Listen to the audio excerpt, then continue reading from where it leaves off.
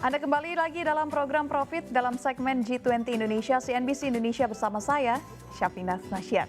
Pemirsa, isu inklusi dan inovasi pemuda dalam tata kelola digital mewarnai diskusi para delegasi dan para panelis di pra-KTT kedua Youth 20 Indonesia 2022 di Lombok, Nusa Tenggara Barat. Transformasi digital adalah salah satu isu prioritas Y20 Indonesia 2022. Dalam forum ini, delegasi membahas peran serta tantangan yang dihadapi pemuda di tengah kemajuan teknologi digital. Sebagai official partner Y20 Indonesia 2022, Peluang, yang diwakilkan oleh Chief of Special Project Peluang, Roni Hutahayan, sebagai pembicara dari sektor industri digital menyatakan perlu ada upaya bersama antara semua pihak, baik dari akademisi, pelaku industri, serta pemangku kepentingan lainnya untuk meningkatkan kesadaran literasi keuangan digital guna mencapai inklusi keuangan.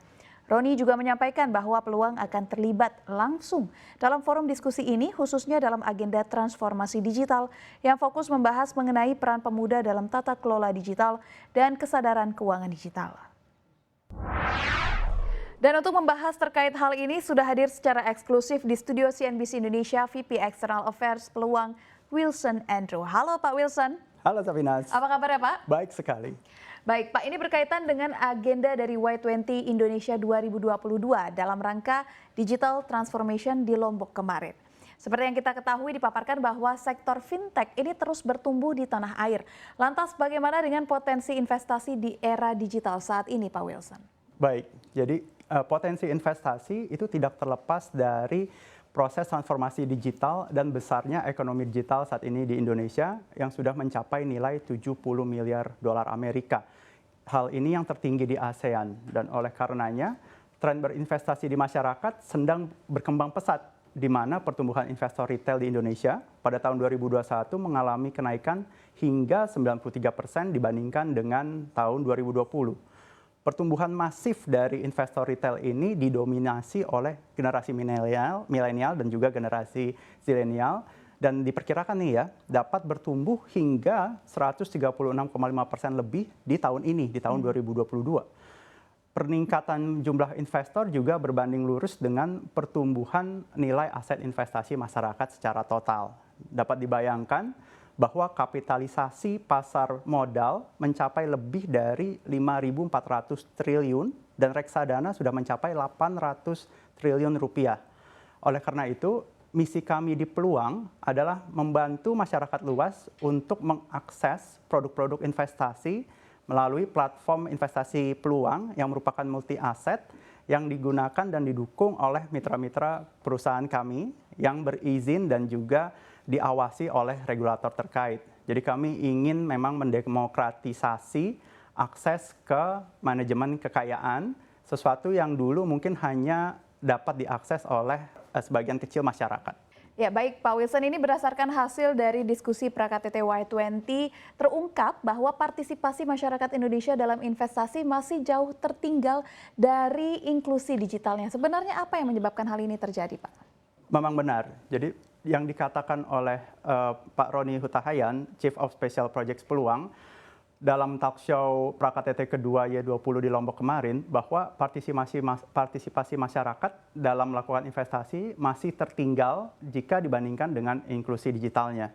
Jadi Indonesia memiliki populasi muda yang paham teknologi dengan pendapatan yang terus meningkat, dan data menunjukkan bahwa setengah populasi rakyat Indonesia itu menggunakan smartphone. Jadi jika dilihat penyebabnya, ketertinggalan partisipasi masyarakat dalam investasi ini disebabkan oleh beberapa hal. Yang pertama yang dapat dikatakan adalah rata-rata produk investasi tidak dapat diakses atau mahal bagi konsumen. Dan yang kedua, meskipun populasi masyarakat pemilik akun bank ya sebanyak 50%, sebagian besar akun menghasilkan imbal hasil jika seluruh biaya administrasi diperhitungkan. Akan tetapi, generasi milenial digital sebagai pasar dengan pendapatan yang meningkat terus-menerus mencari cara bagaimana bisa menginvestasikan pendapatan mereka dengan lebih optimal. Walaupun demikian, sektor teknologi finansial dengan tren seamless digital payments di Indonesia ini telah banyak menyokong pertumbuhan yang signifikan bagi sektor retail offline di Indonesia. sehingga pemakaian sistem transaksi digital yang dinilai lebih praktis dan efisien mulai diadopsi secara luas oleh para pelaku bisnis dan juga masyarakat di Indonesia. Bahkan para pengguna dan pemanfaatannya pun sudah mulai beragam. Meskipun pada praktiknya masih banyak penduduk Indonesia yang masih menggunakan transaksi tunai dalam memenuhi kebutuhan sehari-hari. Namun tentu saja kini transformasi ekonomi digital sudah semakin dekat dengan masyarakat dan populer dan juga menjadi layanan payments yang berbentuk dompet digital misalnya atau wallet digital yang secara elektronik. Jadi kami melihat transformasi ekonomi digital juga menjadi salah satu dari 3 agenda utama presidensi G20 di Indonesia. Selain arsitektur kesehatan, global dan transisi energi. Ini salah satu tantangan pengembangan penetrasi investasi ke masyarakat adalah masih minimnya literasi dan inklusi keuangan di masyarakat. Lantas bagaimana peluang melihat hal ini? Baik, kembali lagi berdasarkan survei Nasional Literasi dan Inklusi Keuangan atau SNLIK, literasi keuangan Indonesia masih belum mencapai 40% dan indeks inklusi keuangan sudah termasuk tinggi, itu mencapai 76% lebih. Meski tergolong masih rendah ya, namun angka tersebut sudah meningkat dibandingkan survei di tahun 2016. Nah, indeks literasi keuangan sebesar 29,7% dan indeks inklusi keuangan sebesar 67% pada saat itu ya. Jadi sudah meningkat. Dan ini menunjukkan bahwa masyarakat Indonesia sebagian besar masih belum memahami dengan baik mengenai karakteristik dari berbagai produk dan juga layanan jasa keuangan yang ada. Oleh karena itu, kami di Peluang memang memiliki komitmen yang tinggi dalam mendorong lebih lagi untuk meningkatkan indeks dari literasi dan inklusi keuangan di masyarakat. Hal tersebut tercermin dalam program-program edukasi finansial yang memang telah kami lakukan selama ini. Di Peluang, kami terus berupaya untuk melakukan edukasi kepada masyarakat, baik itu melalui media sosial, webinar, bahkan melalui kanal-kanal media sosial kami seperti Instagram Live, Telegram, dan juga lain sebagainya ya. Sehingga harapannya memang kami bisa lebih banyak menjangkau masyarakat dan mendukung nih upaya-upaya pemerintah dalam meningkatkan literasi keuangan masyarakat dan juga di mana pentingnya pemerataan. Jadi agar tidak hanya menyentuh masyarakat di perkotaan misalnya. Nah, berdasarkan program-program tersebut, kami juga melihat bagus sekali nih antusiasme dari para pengguna Peluang dan juga para peserta program-program kami tersebut ya. Dengan kami melihat banyaknya pertanyaan dan juga banyaknya komentar yang disampaikan di dalam forum-forum tersebut. Oke, baik ini kan Pak kita tahu bahwa Indonesia ini negara kepulauan, banyak sekali masyarakatnya, wilayahnya juga luas. Bagaimana Peluang ini dapat berkontribusi dalam mempromosikan literasi serta inklusi keuangan di Indonesia? Ya, hal ini juga merupakan tantangan bagi banyak sektor ya, baik dari sektor digital, sektor konvensional, transportasi, telekomunikasi. Nah, kami memang melihat bagaimana Peluang bisa mempromosikan ini lebih merata lagi tadi ya. Jadi yang satu hal yang memang sangat penting ini adalah bagaimana kita dapat berkolaborasi dengan berbagai pihak, khususnya antara pihak pemerintah, swasta, akademisi, bahkan media, dan juga masyarakat secara luas. Sehingga target literasi digital yang dicanangkan sebesar 50 juta orang pada tahun 2024 itu dapat terwujud. Di sini kami memang melihat bahwa sinergi antar banyak pihak ini sangat diperlukan melalui kegiatan-kegiatan dan juga program-program edukasi untuk mempercepat pertumbuhan dan transformasi digital. Karena ini investasi untuk masa depan kita ya, untuk generasi berikutnya.